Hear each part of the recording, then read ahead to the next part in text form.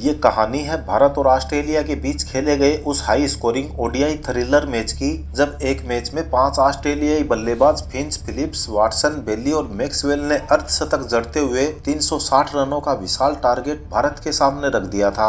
और इतना बड़ा टारगेट भारत के सामने रखकर कंगारू अपनी जीत सुनिश्चित मान चुके थे। पहली पारी में 92 रन की नॉट आउट पारी खेलकर घमंड में चूर ऑस्ट्रेलियाई कप्तान जॉर्ज बेली ने इंटरव्यू में ये तक कह दिया कि भारतीय टीम एडी से चोटी तक का जोर लगा ले तब भी इतना बड़ा रन चेस नहीं कर पाएगी। भारत के सभी 11 खिलाड़ी मिलकर भी उनके 5 बल्लेबाजों जितना स्कोर नहीं बना पाएंगे, क्योंकि अभी तक तो भारत ने ऑस्ट्रेलियाई बल्लेबाजों का कहर देखा था। अभी गेंदबाजों का खौफ देखना तो बाकी है। अब देखिए, खेल में हार जीत तो होती रहती है, लेकिन अगर बात साख बचाने की आ जाए तो सामने वाले को उसकी औकात दिखाना जरूरी हो जाता है। जब भारतीय टीम ने ऑस्ट्रेलिया पर पलटवार शुरू किया तो पूरे ऑस्ट्रेलियाई खिलाड़ियों में हाहाकार मच गया था। इस मैच में रोहित शर्मा, शिखर धवन, विराट कोहली ने तूफानी पारी खेलते हुए ऑस्ट्रेलियाई गेंदबाजों का कचुम्बर निकाल कर रख दिया था। हिटमैन रोहित शर्मा के नॉट आउट 141 रन और किंग कोहली की ताबड़तोड़ 52 गेंदों में नाबाद शतकीय पारी के दम पर भारत ने महज 43.3 ओवर में 360 रनों का लक्ष्य हासिल कर लिया था। ऑस्ट्रेलिया ने 5 अर्धशतक लगाकर जिस तरह भारत को चुनौती दी थी, उसके जवाब में भारत ने सिर्फ 1 विकेट के नुकसान पर 360 रन बनाकर ऑस्ट्रेलिया का घमंड उसी 22 गज की पिच पर दफन करके रख दिया।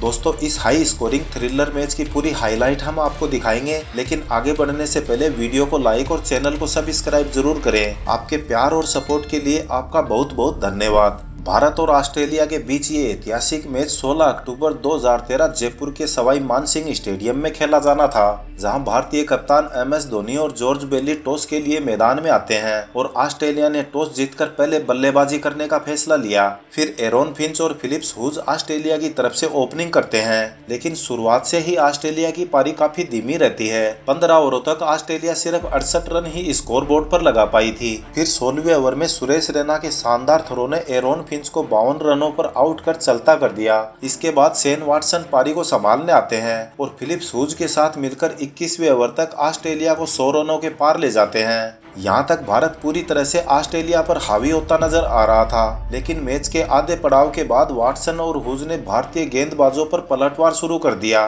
दोनों ने ताबड़तोड़ चौके छक्के लगाते हुए पहले तो अपना अर्धशतक पूरा किया, फिर 30 ओवरों तक ऑस्ट्रेलियाई स्कोर बोर्ड पर 165 रन लगा दिए। अब तक दोनों के बीच 97 गेंदों में 100 रनों की पार्टनरशिप भी पूरी हो चुकी थी कि तभी 31वें ओवर में शेन वाटसन बाउंड्री पर खड़े ईशांत शर्मा के हाथों कैच आउट हो जाते हैं। लेकिन विकेट गिरने के बाद भी ह्यूज उसी अंदाज में खेल जारी रखते हैं और मैदान के चारों तरफ चौके छक्के बरसाए जा रहे थे। फिर तेजी से बढ़ रही ऑस्ट्रेलिया की पारी को लगाम कसने के लिए धोनी ने रविचंद्र अश्विन को गेंद थमाई और अश्विन ने अपनी ललचाती गेंद पर ह्यूज का विकेट चटकाकर भारतीय फैंस को खुशी से झूमने पर मजबूर कर दिया। लेकिन भारतीय फैंस के चेहरों पर यह खुशी ज्यादा देर तक नहीं टिक पाई, क्योंकि अगले बल्लेबाज ग्लेन मैक्सवेल ने क्रीज पर आते ही गेंद को बाउंड्री पार पहुंचाना शुरू कर दिया था।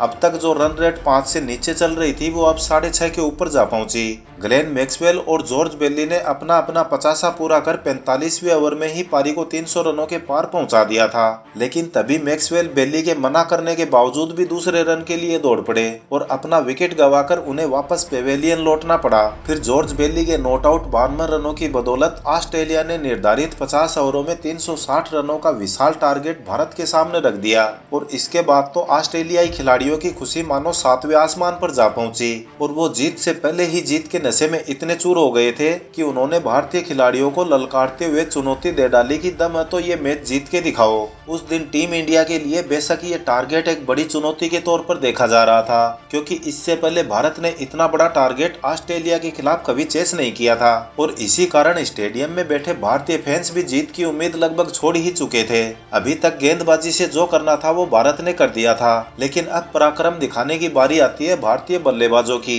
जिसके लिए रोहित शर्मा के साथ शिखर धवन भारतीय पारी की शुरुआत करने मैदान में उतरते हैं। भारत के सामने चुनौती बड़ी थी, इसलिए जरूरत थी कि भारतीय पारी की शुरुआत भी धमाकेदार अंदाज में हो और इसी सोच के साथ रोहित शर्मा ने मिचेल जॉनसन के पहले ओवर की पहली गेंद को बाउंड्री पार कर चौके से पारी का खाता खोला और अपना इरादा भी साफ कर दिया कि आज उन्हें सिर्फ 4 और 6 का पहाड़ा रटाकर भेजा गया है। फिर दूसरे छोर से धवन ने भी गेंद को सीमा रेखा के बाहर भेज धमाकेदार अंदाज में पारी की शुरुआत करी। जैसे जैसे खेल आगे बढ़ता गया, दोनों बल्लेबाजों ने कंगारू गेंदबाजों को बिना साबुन धुलाई करना शुरू कर दिया। लेकिन तभी छठे ओवर में धवन जोश जोश में गलत शॉट खेल बैठे और गेंद बल्ले का किनारा लेकर काफी देर तक हवा में रहती है, परंतु ऑस्ट्रेलियाई विकेट कीपर ब्रैड हेडिन ने कैच ड्रॉप कर धवन को जीवनदान दे दिया। धवन का ये कैच ऑस्ट्रेलिया को आगे चलकर कितना भारी पड़ने वाला है, इसका अंदाजा किसी को नहीं था, क्योंकि जीवनदान मिलने के बाद तो मानो धवन को खुलकर खेलने का लाइसेंस ही मिल गया था। जब शेन वॉटसन 9वां ओवर लेकर आए तो धवन ने लगातार 3 गेंदों पर क्रीज से बाहर निकलकर 3 चौके जड़ दिए। इसी के साथ भारत ने 9 ओवर में 55 रन स्कोरबोर्ड पर लगा दिए। अब फिर से धुलाई की बारी आती है रोहित शर्मा की, जिन्होंने 10वें ओवर में मैकी को लगातार 2 गेंदों में 2 चौके ठोक दिए। दोनों छोर से होती आड़ी टेढ़ी कुटाई के चलते कंगारू गेंदबाज लाइन और लेन तक भूल गए। जब 18वें ओवर में रोहित शर्मा ने हाफ सेंचुरी पूरी कर बल्ला उठाया तो धवन भी कहां पीछे रहने वाले थे। उन्होंने भी अगले ही ओवर में चौका जड़कर 52 गेंदों में अपनी चौथी हाफ सेंचुरी पूरी कर ली। दोनों की 50 के साथ ही भारत इस मैच में धीरे धीरे अपनी पकड़ मजबूत बनाता जा रहा था। अब धवन ने अपना रौद्र रूप धारण कर कंगारू गेंदबाजों की धोबी पछाड़ धुलाई शुरू कर दी। जब 24वें ओवर में धवन ने जॉनसन को 1 ओवर में 3 चौके जड़े तो ब्रैड हेडिन मन ही मन कैच ड्रॉप करने का पछतावा करते नजर आ रहे थे, क्योंकि ऑस्ट्रेलियाई गेंदबाजों की ऐसी दुर्दशा आज से पहले शायद किसी ने नहीं की होगी। फिर 25वें ओवर में धवन ने वॉटसन का भी वही हाल किया जिसकी उम्मीद लगाए भारतीय दर्शक खुशी से झूम रहे थे। धवन ने लगातार 2 चौके जड़कर वॉटसन को तिलमिलाकर रख दिया। अब भारत की तरफ से ऑस्ट्रेलिया के खिलाफ रिकॉर्ड 176 रनों की पार्टनरशिप बन चुकी थी और धवन भी अपने शतक के करीब पहुंच जाते हैं। लेकिन अगले ओवर में धवन फोकनर की स्लोअर डिलीवरी पर शॉट लगाने के प्रयास में विकेट कीपर को कैच थमा बैठे। धवन ने 85 गेंदों में 95 रन की तूफानी पारी खेल भारत को मजबूत स्थिति में पहुंचा दिया था। अब बैटिंग के लिए विराट कोहली को मैदान में भेजा गया। विराट कोहली जो आमतौर पर पारी स्टेबल करने के बाद तेजी से रन बनाते हैं, वो आज ड्रेसिंग रूम से ही वार्म अप करके आ रहे थे। उन्होंने क्रीज पर आते ही धवन की विरासत को उन्हीं के अंदाज में आगे बढ़ाना शुरू किया और चौके छक्कों में रन उड़ाने शुरू कर दिए। कोहली ने पहले तो 29वें ओवर में फोकनर को 1 चौका और 1 छक्का जड़कर 11 रन कूटे। फिर ऐसा ही हाल 30वें ओवर में सेवियर डोहर्टी का भी किया। भारत को मैच जीतने के लिए जो मोमेंटम चाहिए था वो अब पूरी तरह से बनता नजर आने लगा।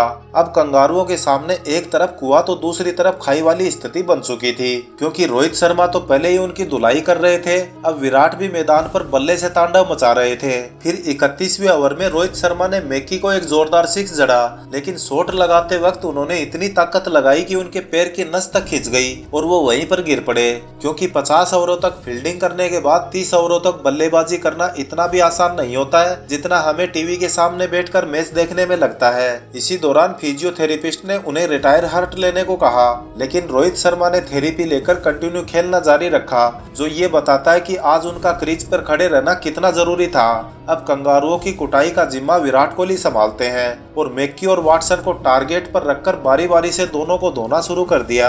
इससे पहले विराट कोहली का ये विराट रूप किसी ने नहीं देखा था। अब स्टेडियम में बैठे दर्शक भी ये सोचकर सतर्क हो चुके थे कि कहीं गेंद उनके सर पर ना आ गिरे।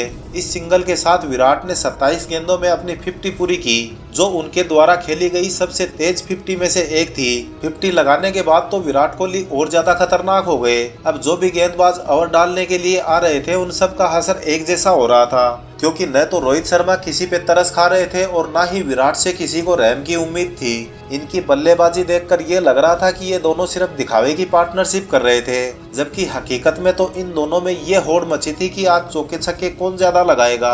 और इस बात की गवाही फोकनर का ये ओवर दे रहा था, जिसमें रोहित शर्मा ने लगातार गेंदों पर 3 चौके जड़ दिए। इस ओवर के समाप्त होने तक रोहित शर्मा अपने शतक से सिर्फ 1 रन दूर थे। अब पूरा स्टेडियम उस 1 रन के लिए नजरें गड़ाए बैठा था जो रोहित शर्मा के बल्ले से निकलने वाला था। लेकिन दोस्तों, कहा था ना, आज रोहित शर्मा को सिर्फ 4 और 6 का पहाड़ा रटाया गया था, क्योंकि आज भारतीय टीम की इज्जत दांव पर लगी थी। फिर रोहित ने 38वें ओवर में जॉनसन को एक कड़ाकेदार चौका जड़ अपना शतक पूरा किया।